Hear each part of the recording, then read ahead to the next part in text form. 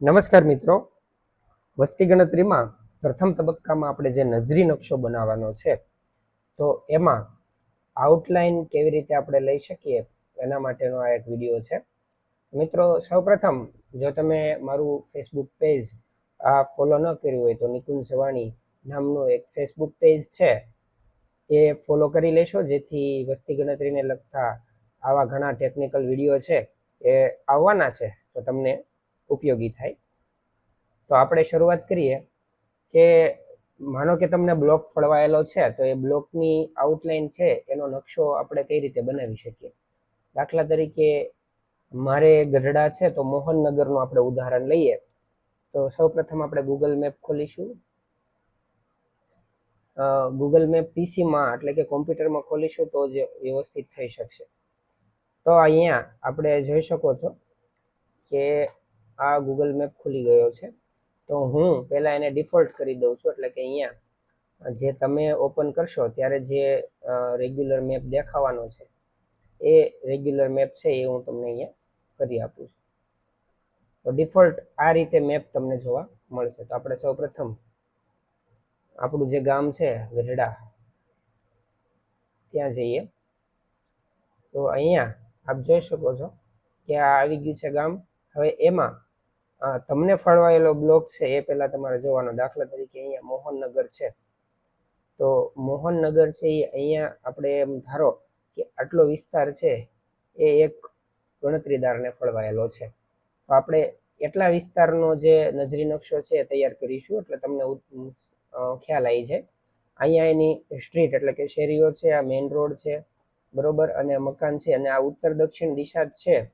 કારણ કે અહીંયા જે નકશો જે કરવામાં આવ્યો છે એ ઉત્તર દક્ષિણ સીધો રહે એના માટે કરવામાં આવ્યો છે. તમારે જો એ ન જોવા મળતું હોય તો ખાસ અહીંયા તમારે સેટેલાઇટ વ્યૂ લઈ અને અહીંયા જોઈ લેવાનું છે કે નકશો છે એમાં આ નોર્થ છે એટલે કે ઉત્તર દિશા ઉપરની સાઈડ રહે, એટલે તમારો નકશો ઉત્તર દક્ષિણ વ્યવસ્થિત સીધો દેખાય. એમ ના હોય તો તમારે અહીંયા દબાવીને નકશો સીધો કરવો પડશે, એટલે કે આ રીતે પાછો સીધો હોવો જોઈએ. હવે પાછા આપણે રેગ્યુલર વ્યૂમાં આવી જઈએ. સેટેલાઇટ વ્યૂ છે, આ વ્યૂ તમે છે ગમે ત્યારે ચેન્જ કરી શકો છો. અથવા ઓપન કરો એટલે ખૂણામાં લેયરનો ઓપ્શન હશે અહીંયા નીચે. એ લેયરના ઓપ્શનમાં જઈને કોઈ પણ સમયે તમે સેટેલાઇટ વ્યૂમાંથી અહીંયા નોર્મલ ડિફોલ્ટ વ્યૂમાં તમે આવી શકો છો. તો હવે આપણે ડિફોલ્ટ વ્યૂમાં પાછા આવી ગયા છીએ. અહીંયા આપ જોઈ શકો છો કે આ મોહનનગર વિસ્તાર છે. તો આપણે એનો નકશો બનાવીએ. તો સૌ પ્રથમ તમારે અહીંયા એક સ્ટ્રીટ એટલે કે એની બધી શેરીઓ હાઇલાઇટ થાય ને એના માટે સ્ટ્રીટ વ્યૂ લેવું પડશે. લેયરમાં જઈશું, મોરમાં જઈશું અને સ્ટ્રીટ વ્યૂ પર ક્લિક કરશું એટલે બધી શેરીઓ છે બ્લુ કલરથી હાઇલાઇટ થઈ જશે. હવે મારે મોહનનગરમાં આ એરિયો એટલે ઊભો આ અને એટલો વિસ્તાર છે એને લેવાનો છે બરાબર. તો આ ઊભો આટલો વિસ્તાર છે એને આપણે લેવો અથવા આને આપણે ઇગ્નોર કરવું છે તો બંને હું તમને સમજાવીશ. તો વિસ્તાર થોડો ટૂંકો કરી દઈએ, એટલો વિસ્તાર આપણે લઈએ બરાબર. તો એના માટે સૌ પ્રથમ કોમ્પ્યુટરની અંદર આ વિસ્તાર છે એનો સ્ક્રીનશોટ લેવો પડશે. તો એના માટે શું કરીશું, તો અહીંયા સ્નીપિંગ ટૂલ્સ આવે છે, સ્નીપ SNIP, સ્નીપ લખશો એટલે સ્નીપિંગ ટૂલ્સ મળશે.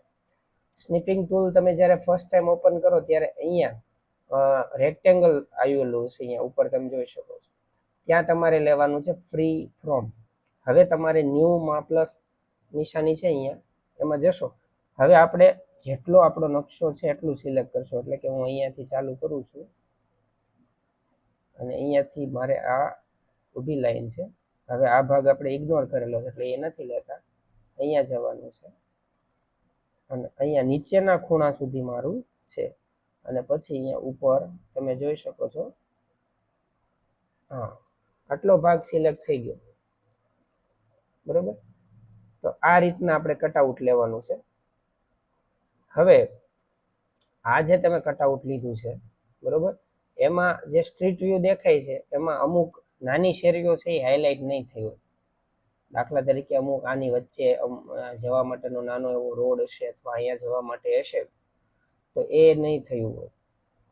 એ પણ જો તમારે લેવું હોય તો પાછું તમારે અહીંયા નોર્મલ વ્યૂમાં જતું રહેવાનું, એટલે કે વ્યૂમાં આપણે નોર્મલમાં આવી જશું સ્ટ્રીટ વ્યૂમાં, તો જો આ જે નાની શેરી છે એ થોડીક તમને દેખાવા મળી છે. એને તમે નોર્મલ વ્યૂમાં સિલેક્ટ કરી અને પાછું કટઆઉટ કરી શકો છો. પાછું સ્નીપિંગ ટૂલ આપણે લઈ લઈએ અને પાછું આપણે ઉપરથી આપણો જેટલો એરિયા આવે છે એટલો એરિયા અહીંયા સિલેક્ટ કરી લઈશું. જે વસ્તુ આપણે અહીંયા ઇગ્નોર કરવાની હતી એ આપણે નથી લીધી, અને અહીંયા ખૂણો પડે છે ત્યાંથી લઈને સીધો ઉપરનો જે રોડ છે એટલો આપણે આવે છે.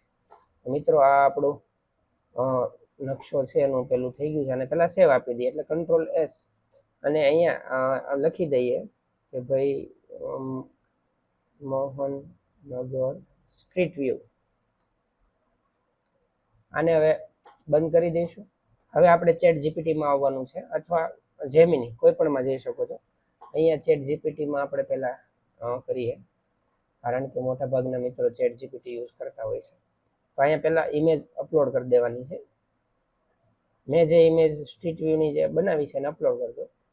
પછી મારા બ્લોગની અંદર, આ મારો બ્લોગ છે savaninikkunj.blogspot.com, તેમાં તમને એક પેલી જ પોસ્ટની અંદર નજરી નકશામાં તમને આ જે પ્રોમ્પ્ટ છે એ મળી જશે. એ પ્રોમ્પ્ટને સીધું કોપી પેસ્ટ મારવાનું રહેશે ચેટ જીપીટીમાં. હું અહીંયા પેસ્ટ મારી દઉં છું.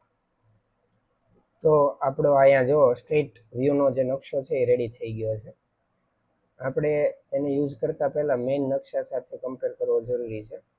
અહીંયા જે આઉટલાઇન છે એ વધારાની છે, એટલે કે આપણે જે પેલું એક્સ્ટ્રા હતું એને કાપ્યું હતું એટલા માટે. હવે આને ઓરિજિનલ સાથે પહેલા કમ્પેર કરીએ, એટલે આને ફૂલ સાઇઝમાં છે, આને પહેલા ઓપન કરીશું.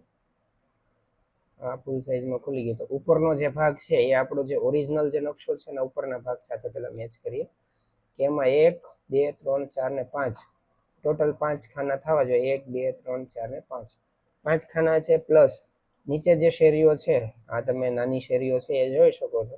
તો આમાં પણ એ નાની જે શેરી છે, ગલી કે જે ઘરની અંદર સુધી જવા માટે વપરાતી હશે એ છે. અને અહીંયા નીચે પણ એ રીતના જે છે એ ભાગ, એક ભાગ એક નીચેનો ટ્રાયેંગલ એ થવો જોઈએ.